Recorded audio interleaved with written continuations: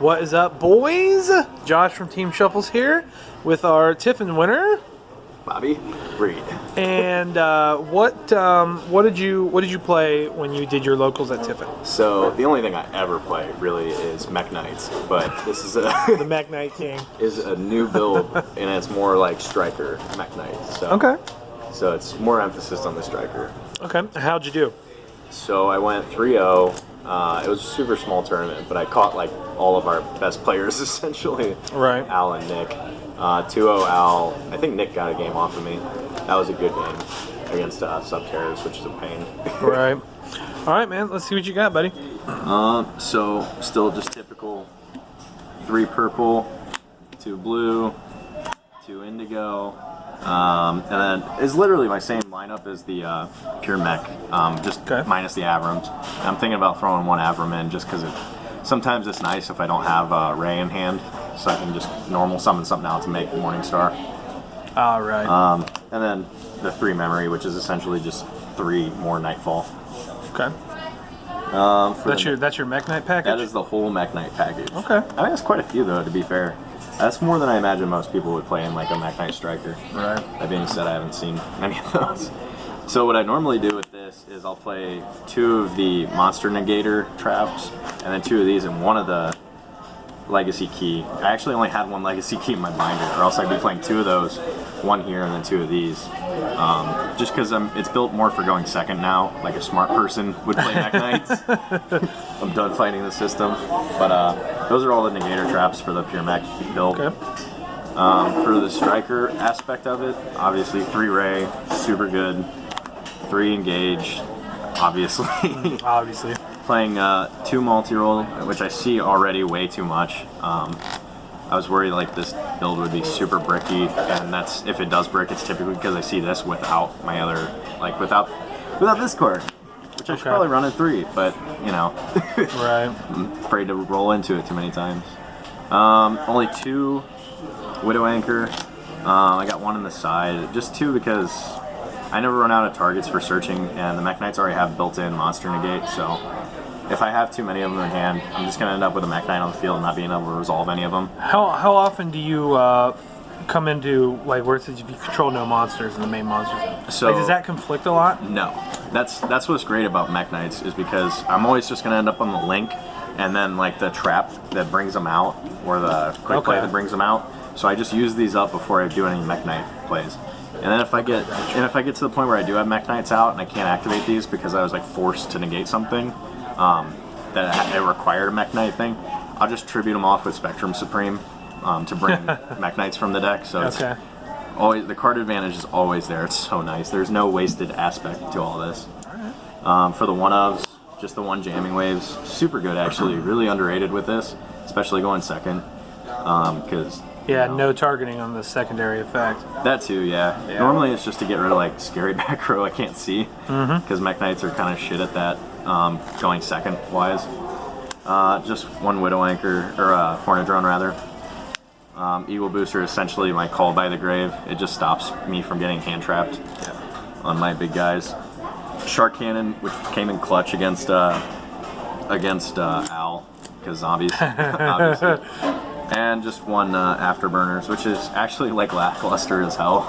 Really? It's super weird because when I played this in Jamming Waves in Pure Mech, where I was just running a small striker engine, this was the MVP, but now it's kind of vice versa. It's hard to explain, I don't know. Okay. And then the format has changed considerably. It certainly has, yeah. Back row decks are all over, so it definitely changes things. This like carries me against True Dracos online though. It's definitely definitely the way. And the hand traps I run, let me get those out of the way. Okay. Hand traps, I run 2 Ash. I did have it at 3 with 3 in Perm, and I always ended up drawing into it. So what I find myself doing is playing 2 Ghost Spell instead, and always drawing into both of them at one time. So one problem for another. Right. But I was able to up the number of hand traps. With the 3 in Perms, I'm counting those as hand traps. I think most people do. Right. And then I like that ratio too. I think this actually works out really well. It's super safe. It's not like way too much or anything. It's way too much money. That is true. But I don't know. the way I played this at the 200th YCS is I played like 11 hand traps in the main, which is just way too friggin' many. Yeah. Even though they kind of like, you know what I mean? It was all the level 1s, so I'd take them into Link Karibo and then get my 2 columns. It didn't really stun me. Right. It just wasn't necessary. Well, Alex has always said, like, what, 5 or 6 is the ratio you want? Right now. Yeah. It used to be like 9 or 10 at least. Right. But I like that there. 7's pretty strong. Yep, I like that too. So that's the main deck. For the extra deck, I'm only playing 1 Hayate, 1 Shizuku, 1 Kaina. Kaina was so unimportant at the local, but I think in general it's a good card though. That attack stop is actually better than most people think.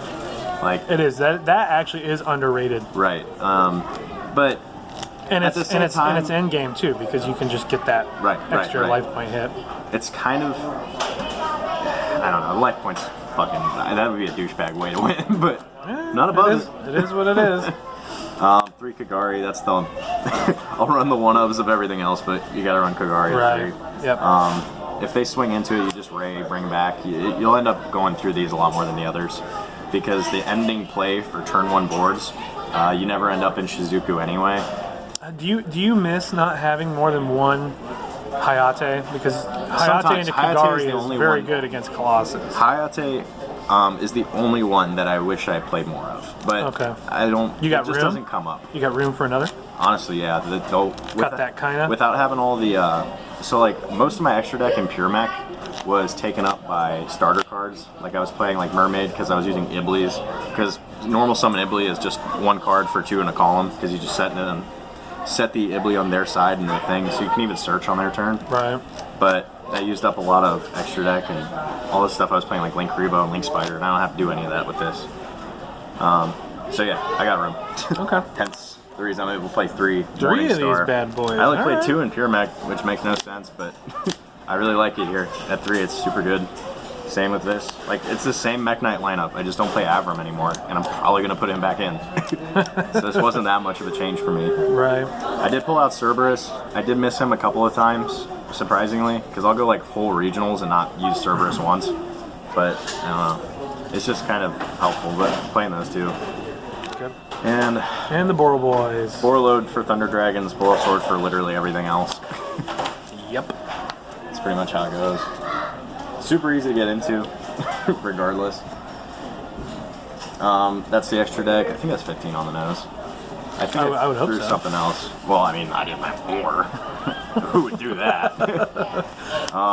1 Widow Anchor just to round off the 3 if I'm playing something like Thunder Dragons where I gotta be able to out a Colossus, or zombies even. It's good to hit the what's his face, the Doom King. Dread Lord thing. Yeah. 2 Twin Twisters. I hate Twin Twisters. I wish I never had to play Twin Twisters, but here we are. Triple Lava Golem.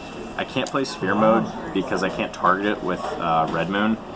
So this is really good. Okay. So I'll put this out and then I can just pop it with Red Moon. And 2, the difference between 2 to 3 is like nothing. There's no real difference. Right, and you don't really need your normal summon most of the time. No, not at all. And if I can handle it, yeah, we'll see. Right, I got you. 3 Red Reboot, just because it's a win condition against a lot of different decks. Like Solemns are the only thing that really messed me up with this deck. They're just a pain in the ass to play through going second. I thought I'd never have to say that again in this format. 3 Evenly, because it's evenly. And the true Thunder Dragon side, Melantia. That's stupid good. It was actually really good against zombies too. I do not like seeing this card.